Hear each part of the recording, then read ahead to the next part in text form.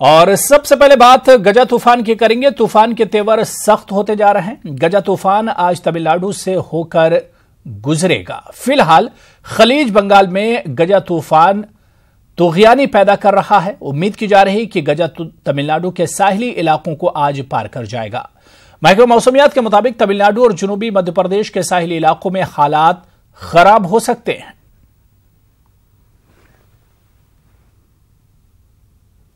फजाई आलूदगी मामले में आज एनजीटी ट्राइब्यूनल के सामने 5 रियासतों के चीफ सेक्रेटरीज पेश होंगे, जिनमें यूपी, पंजाब, हरियाणा, राजस्थान और दिल्ली के चीफ सेक्रेटरी शामिल हैं। 5 रियासतों के चीफ सेक्रेटरीज आपस में मीटिंग कर रहे हैं। इसके बाद एनजीटी कोर्ट में पेश होंगे। ये ओहदेदार एनजीटी को बताएंगे कि फजाई आलूदगी को रोकने के लिए अब तक क्या अहम कदम उठाए गए हैं और आइंदा एयर क्वालिटी अगर और खराब होती है तो इसके लिए क्या मंसूबे तैयार किए गए हैं। वज़ीर-ए-आज़म नरेंद्र मोदी आज ईस्ट एशिया समिट में शिरकत करेंगे। ईस्ट एशिया समिट में 10 दीगर ममालिक के सरबराहान भी शिरकत कर रहे हैं, जिनमें ऑस्ट्रेलिया, चीन, जापान, न्यूजीलैंड, जनूबी कोरिया, अमेरिका और रूस शामिल है। इस समिट में सिक्योरिटी और दहशतगर्दी पर खास बातचीत मुमकिन है। वाज़ेह है कि वज़ीर-ए-आज़म मोदी सिंगापुर के दौरे पर हैं और दौरे का आज दूसरा दिन है। केरल हुकूमत की तरफ से बुलाई गई ऑल पार्टी मीटिंग शुरू हो गई है।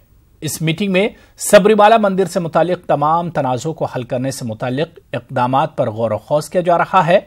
सबरीमाला मंदिर में ख़वातीन के दाखिले के मुतालिक जो भी मसाइल हैं, इनको हल करने की कोशिशें की जा रही हैं। वाज़ेह है कि सुप्रीम कोर्ट सबरीमाला मंदिर में ख़वातीन के दाखिले की इजाज़त दे चुका है, लेकिन हुक्म पर अमल नहीं किया जा रहा है।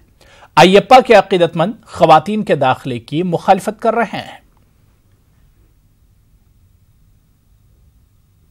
2008 में हुए मालेगांव बम धमाके के सिलसिले में आज समाअत है। मुंबई की खुसूसी एनआईए अदालत ने आज तक के लिए समाअत को मुलतवी कर दिया था। कर्नल पुरोहित और सुधाकर द्विवेदी ने मुतासिरीन की फहरिस्त पर सवाल उठाया था। इनका कहना है कि एनआईए ने मुतासिरीन की फहरिस्त अभी तक मुहैया नहीं कराई है।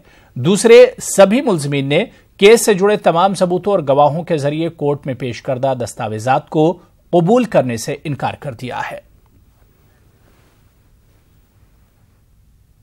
एक और अहम खबर, बाबरी मस्जिद केस के फरीक इकबाल अंसारी के अयोध्या छोड़ने के बयान पर सियासत तेज हो गई है। इकबाल अंसारी ने कहा था कि अगर इन्हें तहफ़्फ़ुज़ मुहैया नहीं कराया गया तो वो अयोध्या छोड़ देंगे। मरकजी वज़ीर मुख्तार अब्बास नकवी ने अंसारी के बयान पर कहा है कि अगर किसी को सियासी इनखला करना है तो करें, अयोध्या से किसी को जाने की जरूरत नहीं है। वहीं यूपी के नायब वज़ीर आला केशव प्रसाद मौर्य ने कहा है कि रियासती हुकूमत सबको बुनियादी तहफ़्फ़ुज़ फराहम करेगी। इसके साथ ही उन्होंने कहा कि बीजेपी हुकूमत में किसी को शहर या मुल्क छोड़ने की जरूरत नहीं पड़ेगी।